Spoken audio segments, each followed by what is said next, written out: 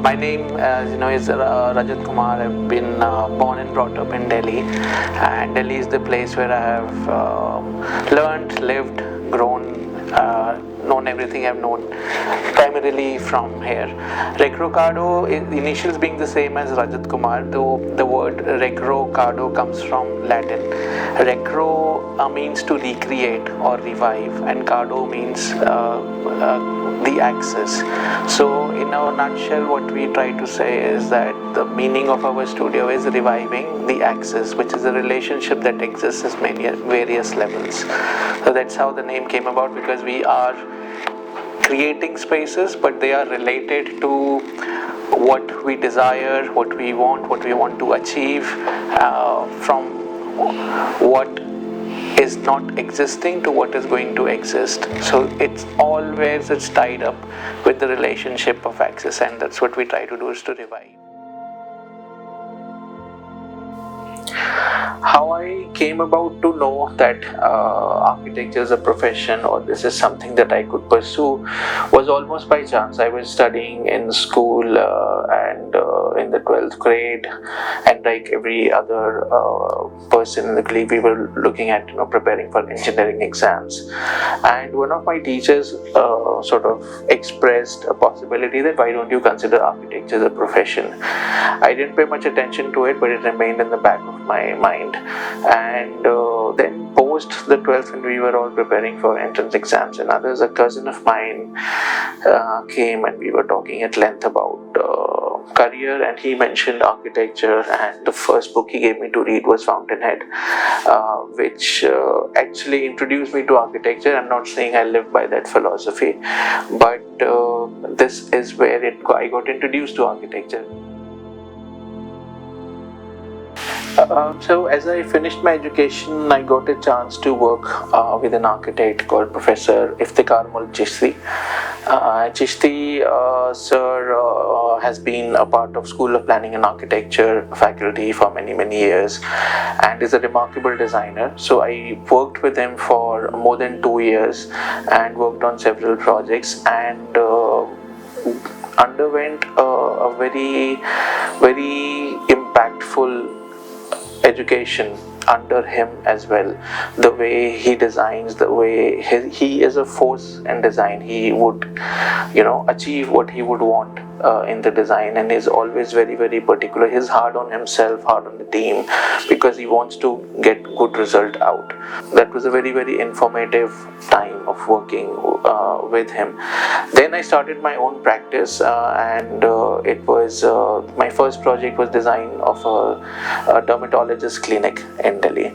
From there we started getting into commercial interiors, office interiors, gyms and saloons, and then forayed into architecture through designing of independent houses. Now we have done play schools, we have done hotels and resorts, we have done industrial buildings, we have also designed religious and spiritual buildings of dargahs and temple and even gurudwaras.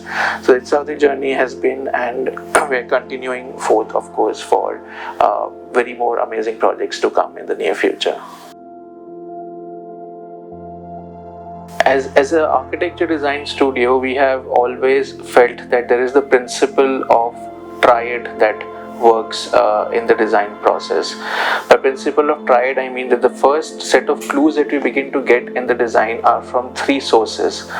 One is the place itself, the site, which always tells what its desires are, what it is like, and it gives so many clues for us to take from how to develop and design.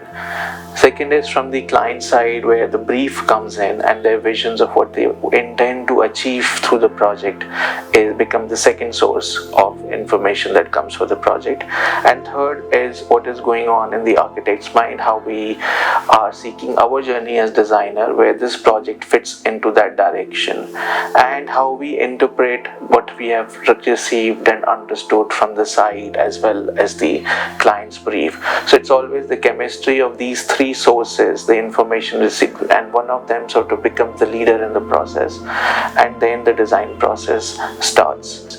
This set team of the 3 things that have come together. It must address all the three: the site, the client, and the architect's interpretation of the same. That is generally the process that we follow in design. One of the projects I want to talk about, which by the effort of the design became a huge success, was a hotel we had designed in Guna in Madhya Pradesh. We were introduced to this project by the client, and it was a very thin and narrow site on Agra Bhopal highway in Guna. It had a very small front of about 20 feet odd, and going back about 1.5 acre of site. And in this site, he wanted to build a small hotel accommodation, and he thought that maybe around 20-22 rooms he could do, and then along with the banquet and a wedding garden. Because the design was very crooked, you could either build it in the front or the back. We wanted to build in towards the front, but then got a very little frontage. So because of the design, we started playing with geometry. We created slants and angles, followed clues from the geometry, and by the design we were able to achieve two important things. One was we were able to make the property into a 44-room hotel where the financial viability doubled. Second was that it attracted the first brand to come into city to take over the hotel, and it's now doing absolutely well. It is running on a 5-star rating on places like TripAdvisors and others, and becoming the icon in the city that we had hoped that it would become. We are often asked what is the design sense that our studio follows, and what are our preferences. To be honest, we are not really tied down to one style. We have, of course, our personal preferences, but as a design studio, I think the core of the design lies in how we are able to perceive a concept, develop the concept, interpreting it, that it becomes right for the client, it becomes right for the site, it becomes right for people who are using it, and becomes a place of happiness and joy and inspiration to uplift us. And then what kind of body or form, in the sense of its outer styling and skin arrangements it takes, is something which we tend to give lesser value, in the sense that we are okay with how it interprets in the terms of the context. Supposing if you are placing a building which is in the context of a certain kind of styles already existing, do you want to go against it or follow it? These kind of decisions depends on the concept and how it wants to create. So we are open to styles, we experiment in different methods of working, but we believe that the core of the design is the more important than how the surface looks. Recro Kardo must evolve to a stage where we are designing at scales where it is impacting lives of millions of people. That means we are looking at projects which are congregation of different activities happening in the environment. To give an example, this is almost like a mixed-use project. That means creating of settlements or development where people are living in the same environment, they are working, there are education happening, there's recreation happening. So it's a whole life cycle that goes within the campus. So there we get to touch every aspect of life, design and evolve around it.